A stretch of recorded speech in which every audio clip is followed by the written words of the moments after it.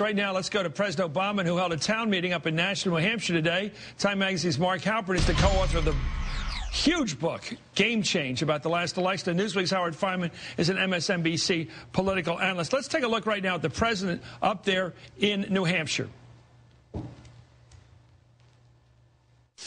The message you all sent when you elected me, the message that was sent this past month, is whether you're Democrat, Republican, Independent, you're out of patience.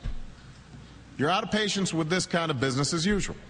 You want us to start worrying less about our jobs and more about your jobs. You want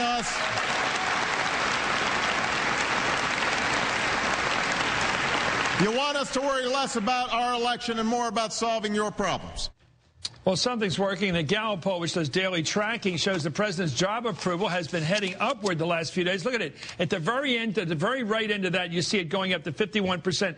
After all those months of coming down, that's the black chart line coming down, the black line coming down. The red one is his disapproval. Finally, disapproval starting to tick downward. After all these months, Howard, it's finally turning around.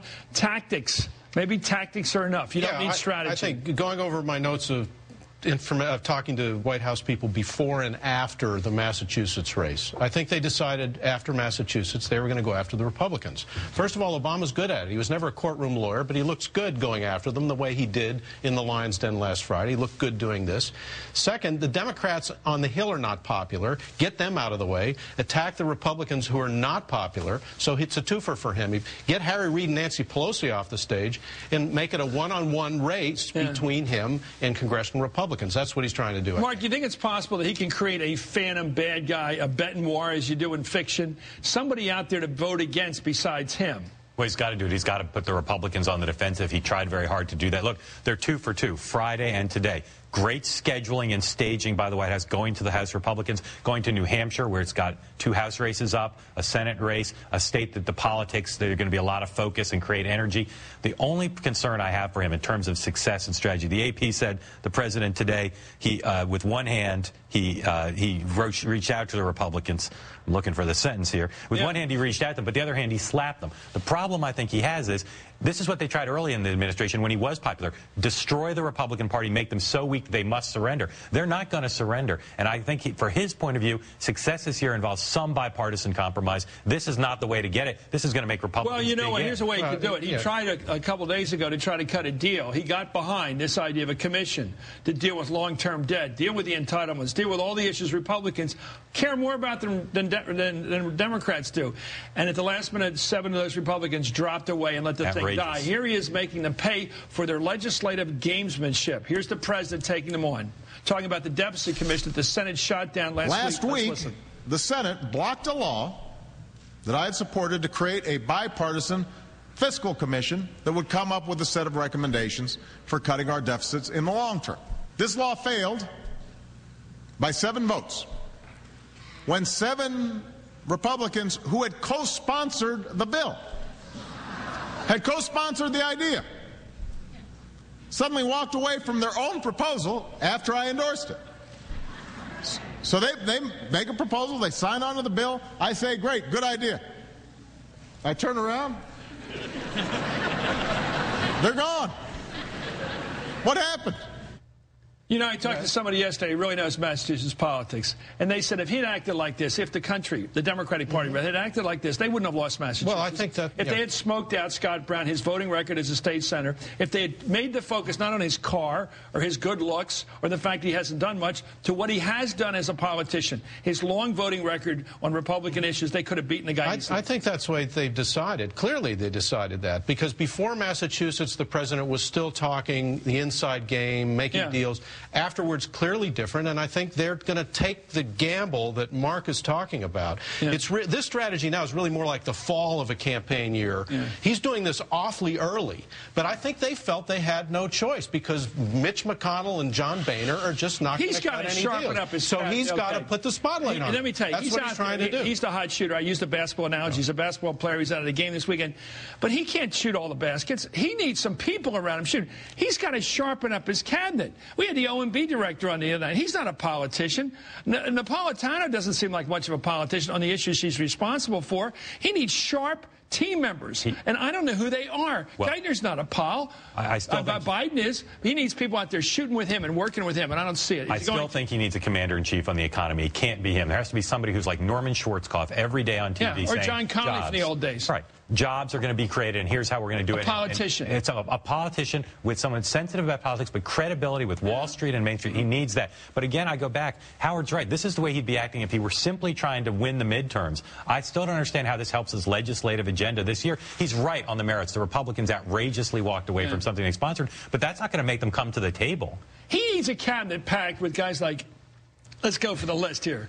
Eddie Rendell of Pennsylvania, Schumer, guys that are verbal, aggressive, know how to talk, and could talk to people who are middle road voters from the suburbs and say, here's the problems we face. We inherited it. Here's what we're doing about it. It ain't perfect, but it's better than what those jokers are doing. Yeah, I agree with that. Why doesn't he have people like that around? And also, they don't talk like that. Also, where's Joe Biden? I mean, don't forget, this middle-class task force that they put together, where's that? Joe Biden was supposed to be somebody who could do some carry the fire of what Mark's talking about, but they are not giving Joe Biden any real online responsibilities. He's in the room, he's kibitzing in the room, he's not making any decisions. You can't put Larry Summers out there, you're right. He's not a pal. You can't put Geithner out there, he's you're not right. A pal. You can't put Orszag out there, you're right. A plan. Where are the pals in this administration besides the president, the vice president? I love Joe Biden, but a plan that's predicated on putting him out regularly to talk is a plan that's got a lot of let's risk. get some. Who are the sharpshooters in this administration? I think the issue on which they need I have never seen an administration with so few politicians in it. The economy. It's the same problem Bush had. Name Bush's 3 Treasury secretaries. Go.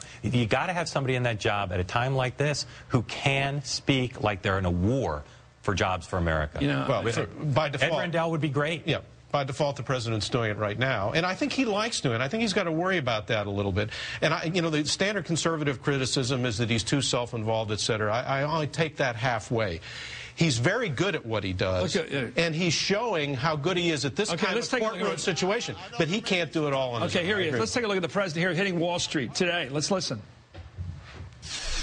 I'm announcing a proposal to take $30 billion of the money that was repaid by Wall Street banks, now that they're back on their feet, take that $30 billion and use it to create a new small business lending fund that will provide capital for community banks on Main Street. You combine it with my proposal back in December to continue waiving fees and increasing guarantees for SBA-backed loans.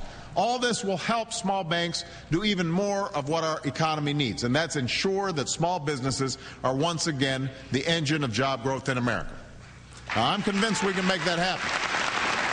It's a very small percentage of our GDP, that $30 billion, by the way. It's a small thing. As you were pointing out, the law has to be, I think the Republicans are right. The law has to be changed to do that.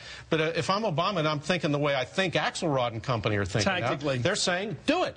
Make the Republicans vote for it. So the law Let's says, smoke them out. So the law says use the money to bring down the debt. Or to pay back the TARP money. They're saying we're going to take some of this money in the cash drawer and give it to small business and small banks. Force the Republicans to vote against it. Mark might be right, and they're going to keep voting against everything. But I think what Obama, Axelrod, and Rahm are thinking of is let's design a series of votes that they don't dare say no to. You know, in the military, they had the guy that gets out in front of the unit into the jungle and has to take the shots. Right. The second lieutenant, often, who gets the bullet. Right. We have a president of the United States, not just forget the ballistic warfare references. He's out front. He's now taken it. He's the leader of the Democratic Party, the Congress, the Democratic Congress, the whole shebang. He's out there fighting it out like he's the candidate. Isn't that dangerous? Nancy Pelosi has a 7% approval rating. Harry Reid has a 3%. Right. I mean, strongly positive rating in the NBC poll. That's part of the reason. Would you do that again, Howard?